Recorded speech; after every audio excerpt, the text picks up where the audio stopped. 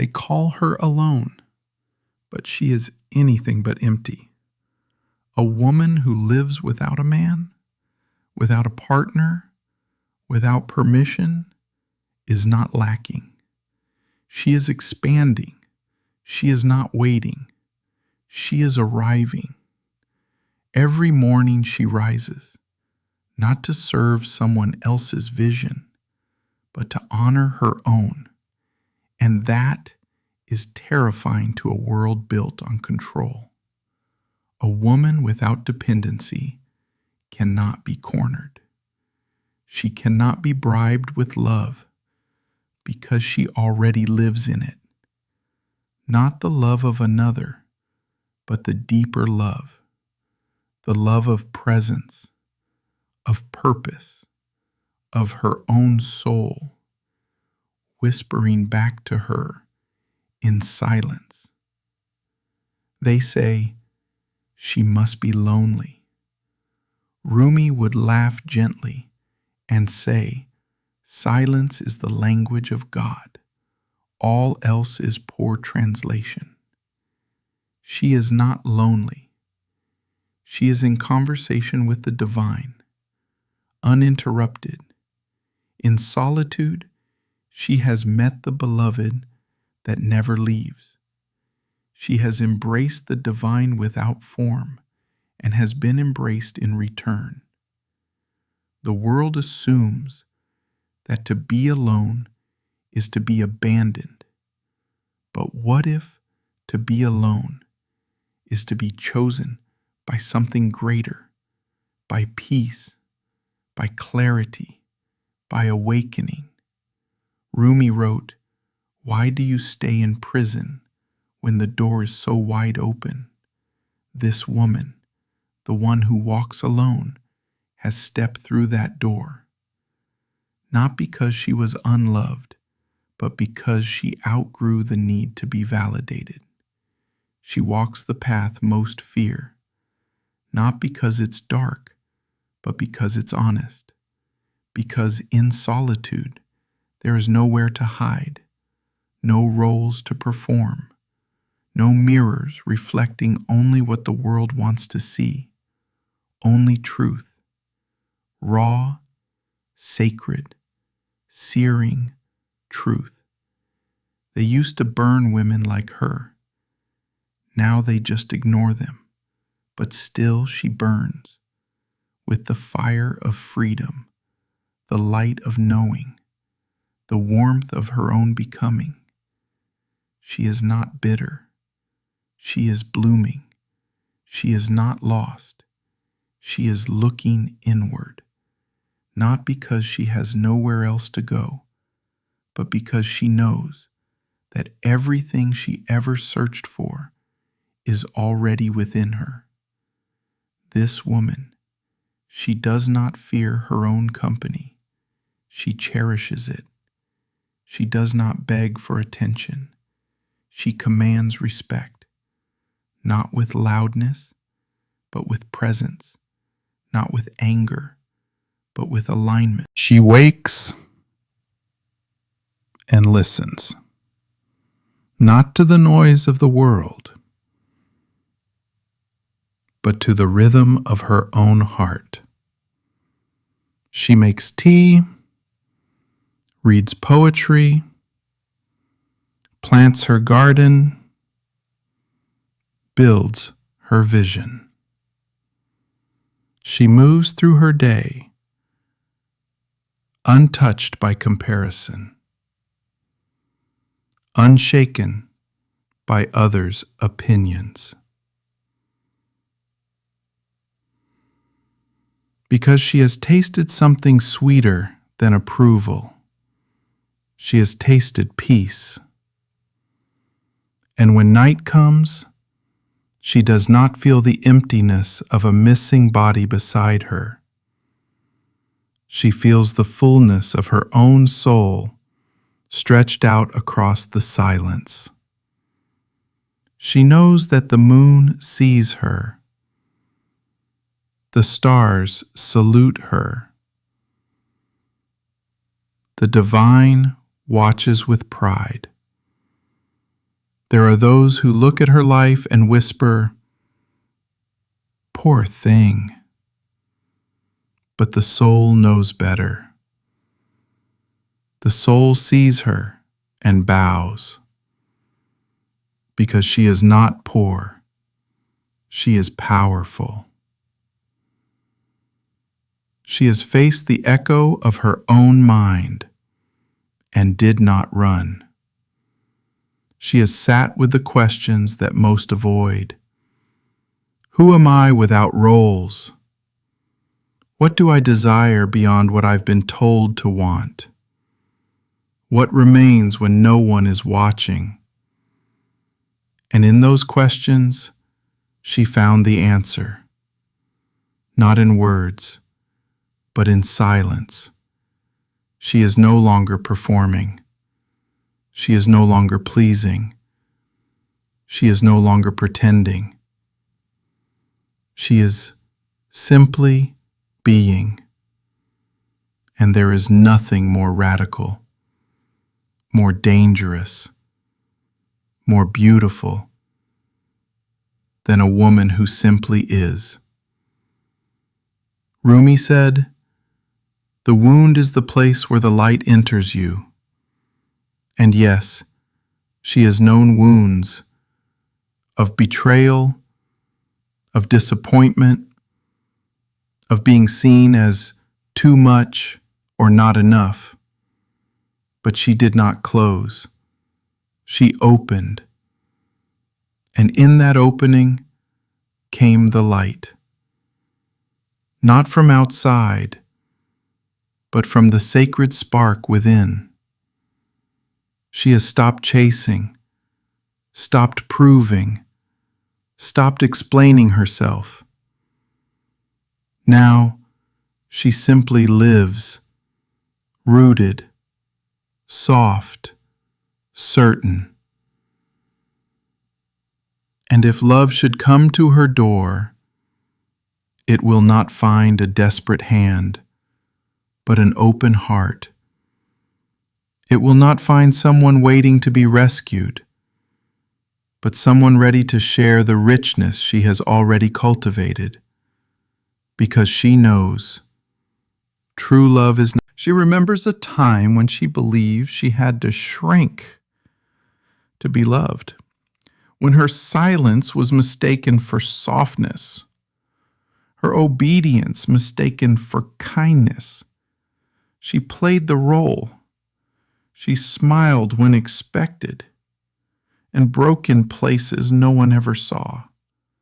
But something inside her always knew. There was more than approval, more than fitting in, more than being chosen for her beauty, her service, her silence. She began asking, what if I choose myself? And so, quietly, without spectacle, she left the world that told her who to be and walked into a world where she could remember who she truly is. It was not easy. The path of awakening never is. The silence screamed at first. The solitude stung, but she stayed.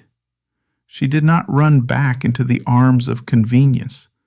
She sat by the fire of her own undoing and watched herself be reborn. Rumi wrote, "Don't grieve. Anything you lose comes round in another form." And so she let it all fall away. The ideas, the titles, the masks, even the dreams that weren't hers to begin with. And what remained was her. Not the version others applauded, not the version that tried to be everything, but the version that simply breathed and smiled and felt whole. People began to notice she wasn't louder, she was deeper. She wasn't richer, she was radiant. She wasn't busier, but somehow she felt fuller. They asked, who is she becoming? And the answer whispered, she is becoming herself. The world doesn't always welcome women like her. It wants her to need something, to belong to someone, to apologize for her power. But she no longer apologizes, not for her boundaries, not for her desires, not for the way she walks alone, with her head high and her spirit grounded. They try to name her difficult, arrogant, cold, but she is none of those things. She is simply free. She has found that quiet joy, the kind that needs no witness, the kind that arrives when you stop chasing and start receiving. She lights candles in empty rooms, not to impress, but to invoke peace. She prepares meals for one as though cooking for God. She writes letters she never sends, just to hear her soul speak. She no longer hides her pain or her pleasure. She lets them flow. Both are sacred. Both are hers. She cries, not from weakness, but from release. She laughs, not for attention, but from alignment. She dances, not for display, but for the celebration of breath. This is not isolation. This is intimacy with life itself. She has discovered that the moon is enough company, that a book can feel like an embrace, that her own thoughts can be the sweetest conversation. There was a time she feared growing old alone, but now she sees age as grace. Each year, a layer peeled back, each wrinkle, a verse in her unfolding poem. She does not resist time, she welcomes it, for it brings her closer to the truth that love is not always found in another. Sometimes it is found in finally coming home to yourself. And if someday she is met by a man who sees her fully, he will not find a project to fix. He will find a temple already lit with devotion. He will not be her rescue. He will be her reflection. She will love him if he comes, but she will not collapse into him. She will not make him her son, because she is already standing in the light. She will welcome him, but she will not worship him, because she has already bowed at the altar of the divine within. If he loves her, he must love her wholeness, her silence, her fire, her freedom. And if he cannot, she will let him go without bitterness, because she knows what is real cannot be taken, and what is taken was never real. She is not hardened by the world. She is softened by truth. She is not guarded, she is guided. Rumi said, "You were born with wings. Why prefer to crawl through life?" And she has stopped crawling. She is flying, not high, but deep, through herself, through time, through the vast sky. Because she knows now, the most radical thing a woman can do is not to fight the world, but to love herself so completely that the world is forced to meet her there. Her solitude is not her weakness. It is her superpower. Her quiet is not absence. It is presence in its purest form. She has not been left behind. She has risen beyond, and now she walks, not to find something, but because walking itself is worship. So when you see her walking alone, don't pity her. Don't wonder what she's missing. She is not missing anything. She is returning again and again to herself. She is not waiting for a love story. She is living one with the universe. Every moment, every breath, every quiet evening with tea and music is a sacred vow between her and the divine. She is not hard to love. She just refuses to be loved poorly. She is not intimidating. She is simply not willing to shrink. They will say she is too much, too deep, too spiritual, too strange.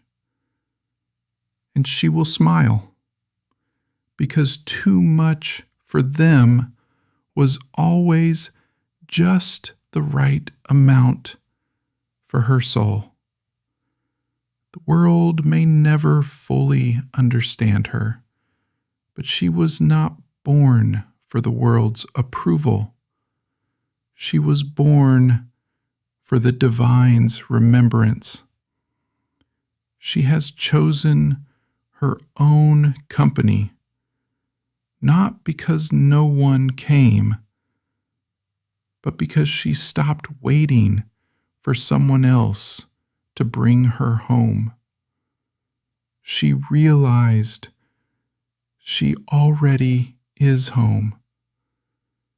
And in that home, there is music, there is laughter, there is God. This is the truth about women who live alone without a man. They are not alone. They are aligned, not unloved, but lit from within, not unfinished, but free, and perhaps more whole than the world dares to imagine.